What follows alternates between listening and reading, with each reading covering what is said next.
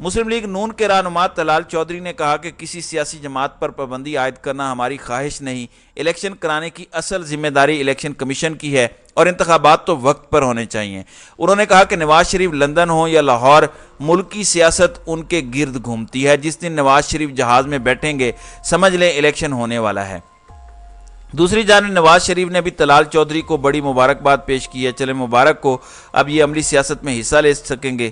دوسری جانب اب عمران خان کے لیے مشکلات کا اضافہ اس وقت بہت ضروری ہو چکا ہے اور at any cost Imran Khan کے لیے مشکلات پیدا کرنی ہے، تو اب انٹرا پارٹی الیکشن نہ کروانے پر الیکشن کمیشن نے عمران خان کو 4 اگست کو طلب کر لیا ہے۔ الیکشن کمیشن کی جانب سے جاری اعلامیے میں کہا گیا ہے کہ انٹرا پارٹی الیکشن نہ ہونے پر پی ٹی آئی انتخابی نشان لینے کے لیے نااہل ہو سکتی ہے، یعنی پاکستان تحریک انصاف کو انتخابی نشان ہی الاٹ نہیں کیا جائے گا۔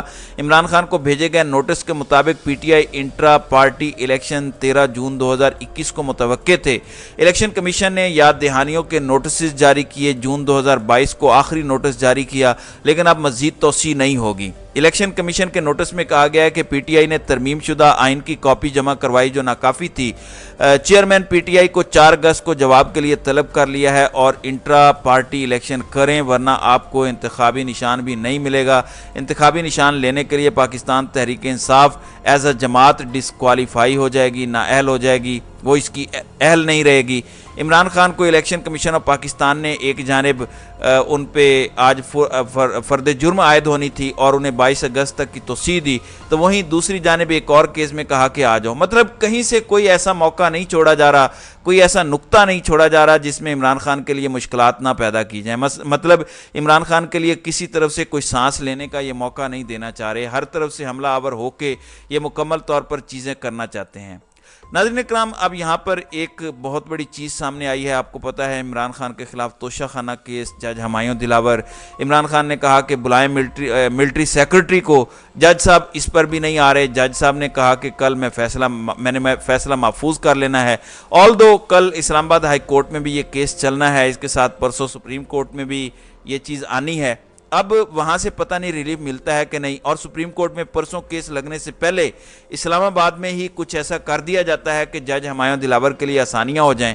اب جج ہمایوں دلاور سے متعلق ایف آئی اے کو اسلام آباد ہائی کورٹ نے ایک ٹاسک دیا ہوا تھا، اس حوالے سے ایف آئی اے نے رپورٹ دے دی ہے۔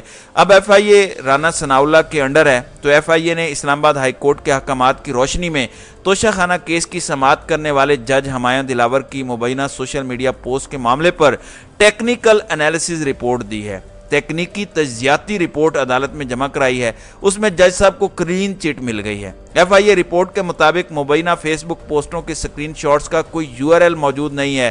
فیس بک ہر پروفائل پیج اور پوسٹ کو خود بخود ایک یو آر ایل دیتا ہے۔ فیس بک پوسٹوں کی شناخت یو آر ایل کے بغیر سکرین شاٹ سے ممکن نہیں ہے۔ It was a screen recording. It was not a screen shot. Screen recording edit کرنا بھی it's not possible. اس کے ساتھ ہی ساتھ آپ کو میں یہ بتا دوں it's not that easy screen recording وہ کرنا، اور ایپ کے اندر کون سا یو آر ایل ہوتا ہے؟ اگر آپ براؤزر سے لگائیں تب آتا ہے، فیس بک ایپ کے اندر تو یو آر ایل نہیں شو ہوتا۔ اب اس سب کے اندر رپورٹ میں کہا گیا ہے کہ جج ہمایوں دلاور کی فیس بک اکاؤنٹ سے کی گئی تمام پوسٹوں کا تفصیلی جائزہ لیا گیا۔ جج ہمایوں دلاور کے اکاؤنٹ سے مذکورہ 3 پوسٹوں میں سے ایک بھی اب موجود نہیں ہے۔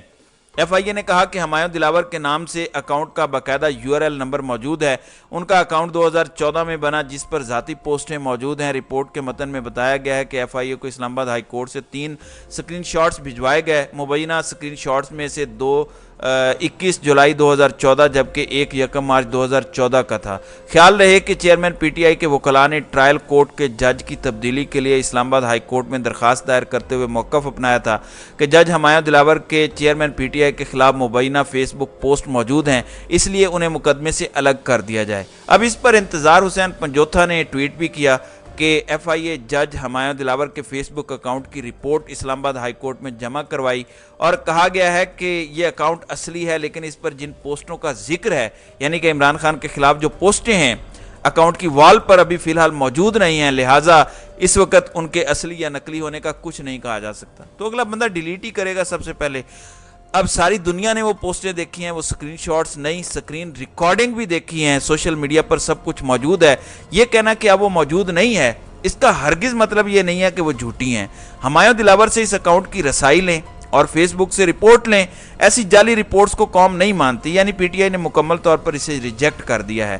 نعیم پنجوتھا لکھتے ہیں کہ جج ہمایوں دلاور کی عمران خان کے خلاف توہین آمیز پوسٹ پر مبنی اکاؤنٹ پر ایف آئی اے کی رپورٹ کو یو آر ایل اور لنک کی عدم دستیابی کی وجہ سے پوسٹیں نہ مل سکیں۔